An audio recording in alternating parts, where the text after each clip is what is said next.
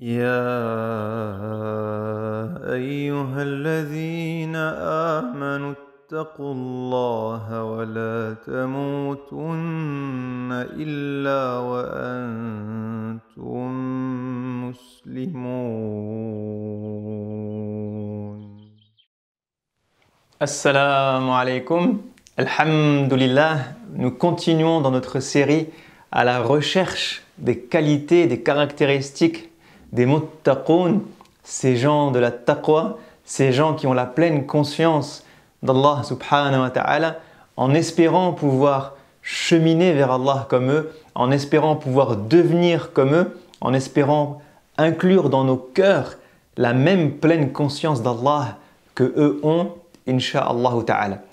Et la caractéristique que nous allons étudier aujourd'hui, Inch'Allah ta'ala, eh bien, est encore dans Surat Al-Baqarah, toujours dans ce premier passage avec lequel Allah ouvre le Coran. Et Allah subhanahu wa ta'ala nous dit dans ce passage الذين يؤمنون بالغيب ويقيمون الصلاة ومما رزقناهم ينفقون. Allah subhanahu wa ta'ala ici cite en particulier dans les attributs, la manière d'être des gens de la taqwa, ويقيمون الصلاة. Allah nous parle de la relation entre les gens de la taqwa et la prière, as-salat. Et il nous dit que ces gens, qu'est-ce qu'ils font? Yuqimun as-salat. Et il y a plein de traductions différentes pour ce terme aqam as-salat. La traduction que moi je préfère, qui est une traduction linguistique, eh bien, elle vient de la compréhension de déjà qu'est-ce que as-salat et qu'est-ce que al-iqama. Si on veut comprendre ce que c'est que as-salat, il faut revenir à la racine de ce mot. Et les savants nous disent as-salat, eh bien, vient de as-sila. As-sila signifie le lien. Donc as-salat, si on oublie la prière telle que nous la connaissons, eh bien, c'est la création d'un lien. Mais ce lien, en vérité, lorsqu'on lit le Coran, eh bien, on comprend que ce n'est pas nous qui avons créé ce lien avec Allah subhanahu wa ta'ala. C'est Allah qui crée ce lien avec nous. Quelle en est la preuve? Allah nous dit dans le Coran هو الذي يصلي عليكم وملائكته ليخرجكم من الظلمات إلى النور وكان بالمؤمنين رحيما. Allah nous dit هو الذي يصلي عليكم وملائكته ليخرجكم من الظلمات إلى النور. Habituellement, quand on utilise le verbe salla yusalli, ça signifie prier. Et si on traduisait littéralement, bêtement, ce verset, on dirait Allah est celui qui prie sur vous ainsi que ses anges pour vous sortir de l'obscurité vers la lumière. Mais cette traduction n'a aucun sens. Parce que Allah, dans sa grandeur, dans sa majesté, ne prie sur personne. Allah est notre créateur. C'est nous qui prions à lui et pas lui qui va prier sur nous. Les anges ne prient pas sur nous. Donc il y a un problème de sujet-verbe complément dans cette phrase, si on utilise cette traduction. La véritable traduction, ou une des traductions, eh bien, serait de dire Allah est celui qui crée un lien avec vous. Huwa alladhi yusalli alaykum. Il est celui qui fait descendre sur vous ce lien. Il est celui qui crée cette connexion verticale entre lui et vous. Une connexion descendante. C'est pour ça qu'il dit alaykum. Donc Allah fait descendre cette connexion, fait descendre ce lien entre vous et lui, entre vous et les anges. Et pourquoi est-ce qu'il fait ça? Pour vous sortir de l'obscurité vers la lumière. Et Allah utilise ici un verbe qui est au présent. Huwa alladhi yusalli alaykum. Et le présent en islam, ou en arabe, désolé, eh bien, traduit parfois le passé, le présent et le futur. Parce que c'est quelque chose qui est continu, continu, continu, continu. Donc ça veut dire que Allah, le jour où il a créé l'être humain, le jour où il a créé chacun d'entre nous et qu'il a insufflé notre âme à l'intérieur de nos corps, eh bien cette âme qui est le souffle divin, eh bien est déjà un lien qu'Allah est en train de créer entre nous et lui. Parce que c'est à travers cette âme que nous allons nous connecter à Allah subhanahu wa ta'ala. Et ensuite, Allah va maintenir ce lien. Il va continuellement créer ce lien avec nous. Jamais Allah ne nous lâche. Jamais Allah ne coupe le cordon avec lui, subhanahu wa ta'ala. Il crée ce lien avec nous. Yusalli alaykum. Mais ensuite, que veut dire iqamatus salat? Pareil, si on oublie 30 secondes, les traductions ont dit accomplir la prière, édifier la prière ou prier. Qu'est-ce que veut dire aqama yuqimu?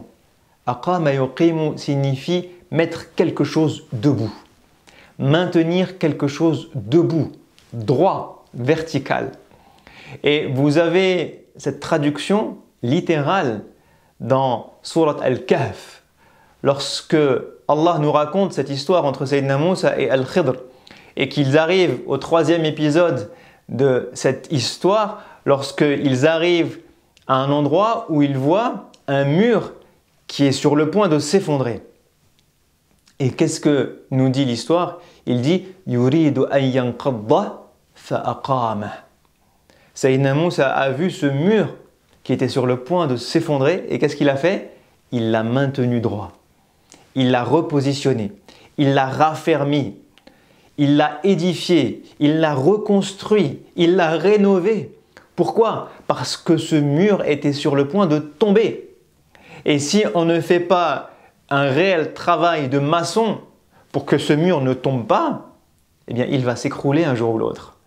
Et donc lorsqu'on dit « aqama as-salah », ce que ça signifie littéralement, c'est que lorsque nous prions, notre objectif, eh bien, c'est de maintenir ce lien vertical que Allah lui-même a créé et garde connecté avec nous. Subhanallah.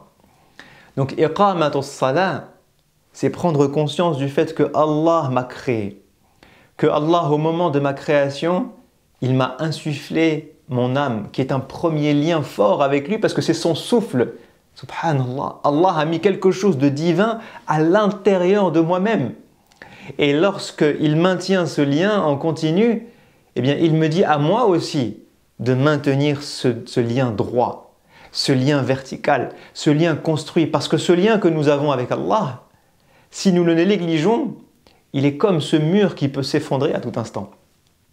Le lien que nous avons avec Allah, si nous délaissons nos cœurs et que nous laissons nos cœurs noircir, eh bien, il peut s'effondrer à tout moment. Il peut prendre un angle à tout moment, il peut dévier à tout moment, il peut tomber totalement à tout moment. Et donc le travail de maçon que nous avons à faire, eh bien c'est de renforcer les bases de ce lien. C'est de mettre des renforcements, de faire ce travail de maçon pour dire je protège ce lien, je le maintiens droit, je le maintiens fort, je le maintiens solide, je le maintiens debout.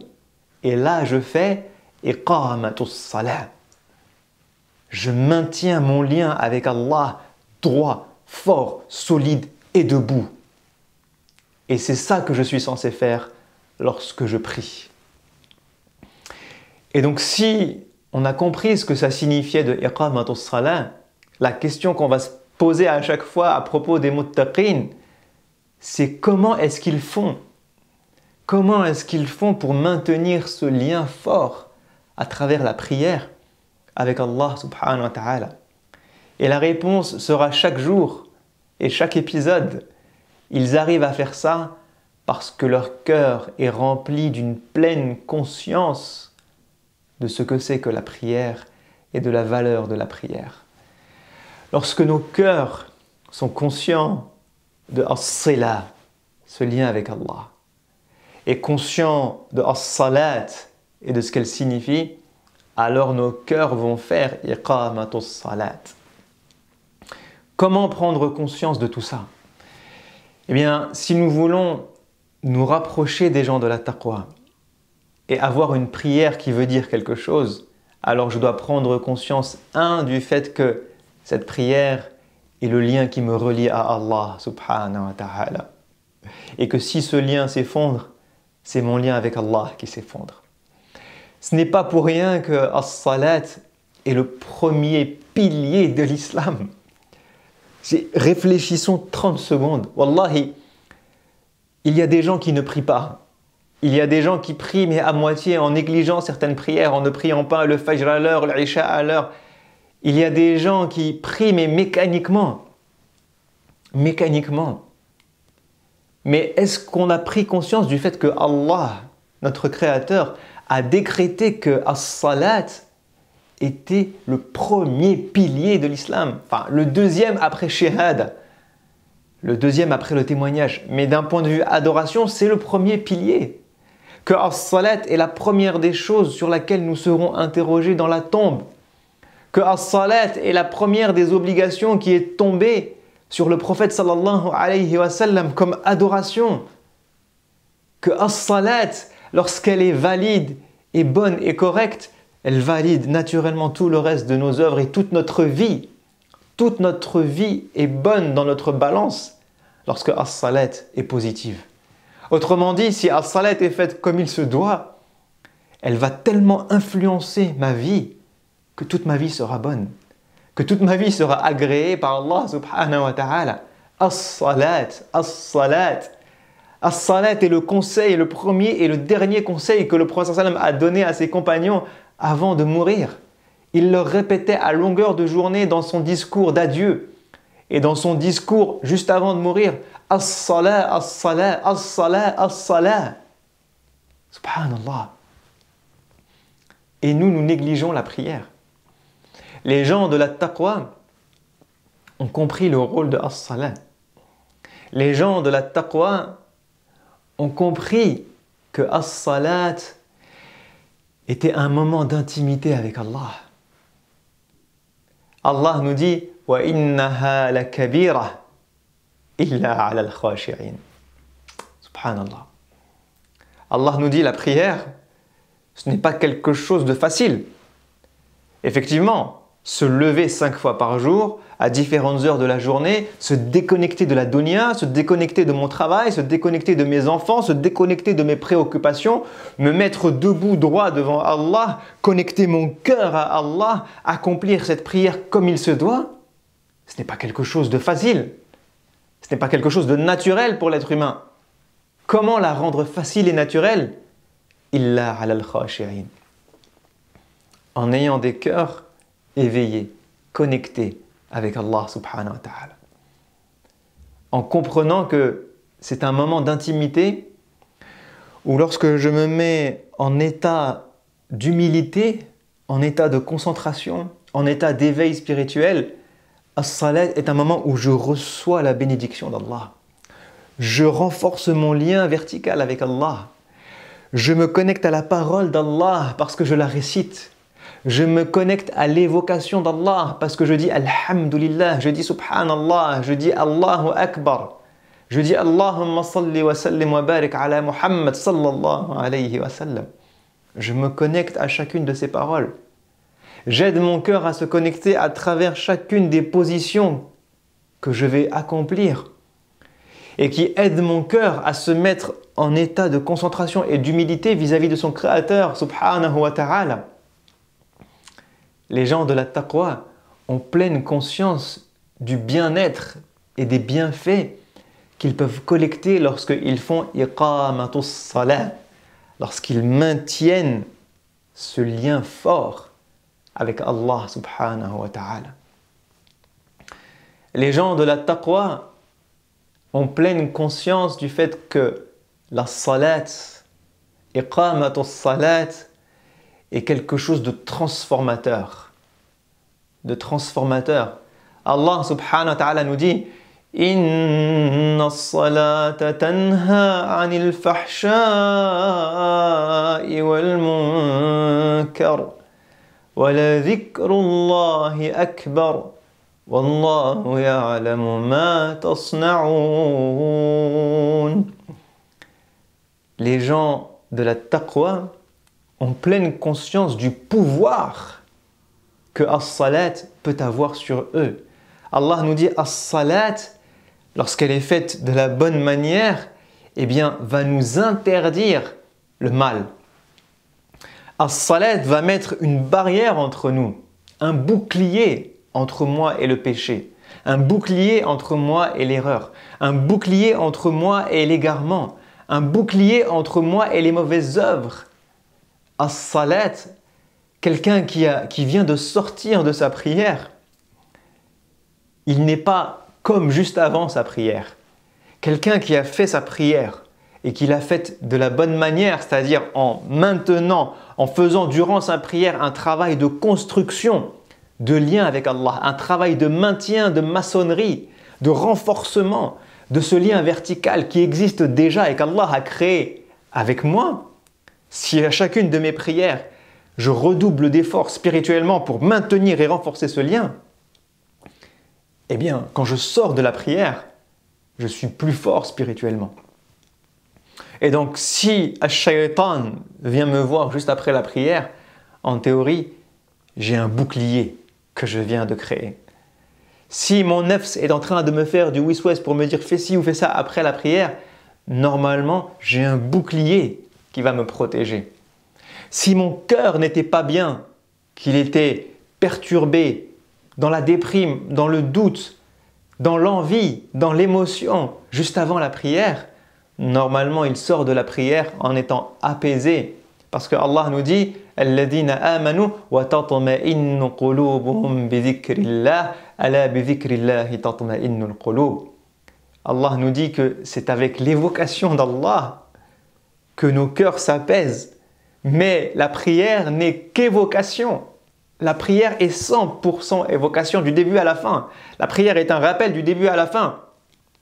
Allah dit à Sayyidina Moussa Innani ana Allahu la ilaha illa ana fa'budni wa aqimis salata li dhikri. Il dit à Sayyidina Moussa, je suis Allah, nulle autre divinité que moi. Alors voue-moi ton adoration et construis ce lien que j'ai avec toi à travers la prière pour m'évoquer, pour te rappeler de moi, pour citer mon nom. Subhanallah. Donc la prière est un dhikr du début à la fin. Et donc la prière est censée apaiser le cœur. Subhanallah. Subhanallah. Donc, pour conclure, si nous voulons cheminer vers la taqwa, eh bien, un passage obligé est de renforcer notre lien avec Allah durant nos prières. Un passage obligé est d'améliorer la qualité de nos prières. Et pour améliorer la qualité de la prière, pour faire partie des muttaqin, pour faire partie des gens qui font iqamatus salat, nous devons insérer dans notre cœur la pleine conscience de qu'est-ce que c'est que la prière, de la valeur de la prière, la valeur qu'Allah lui a donnée, la valeur que son messager sallallahu alayhi wa sallam lui a donnée, l'importance qu'elle a dans nos vies, son rôle transformateur dans nos vies, le fait que c'est un rendez-vous quotidien 5 fois par jour avec le Créateur des cieux et de la terre, le fait que c'est un apaisement pour mon cœur, le fait qu'elle m'éclaire lorsque je sors de ma prière, le fait que c'est un bouclier contre les erreurs, les péchés, contre Ash-Shaytan. Si je prends conscience de tout ça, alors je ferai comme le prophète sallallahu alayhi wa sallam lorsqu'il disait à Bilal Arihna biha ya Bilal. Ya Bilal, fais l'appel à la prière parce que ce sera un réconfort pour chacun d'entre nous. Réconforte-nous, apaise-nous, donne-nous de l'épanouissement en lançant l'appel à la prière, ya Bilal. Combien d'entre nous vont prier 5 fois par jour en étant dans l'attente de ce moment qui dure 5-10 minutes, subhanallah, mais dans l'impatience de retrouver ce moment parce que c'est un moment qui me fait tellement de bien, qui est tellement utile à ma vie, à ma spiritualité, à ma foi, que je n'attends que lui 5 fois par jour. Faisons iqamatus salah pour faire partie des gens de la taqwa et cheminer vers la taqwa, insha'Allah ta'ala. Je vous dis à la prochaine. Assalamu alaikum wa rahmatullahi wa barakatuhu. ذلك الكتاب لا ريب فيه هدى للمتقين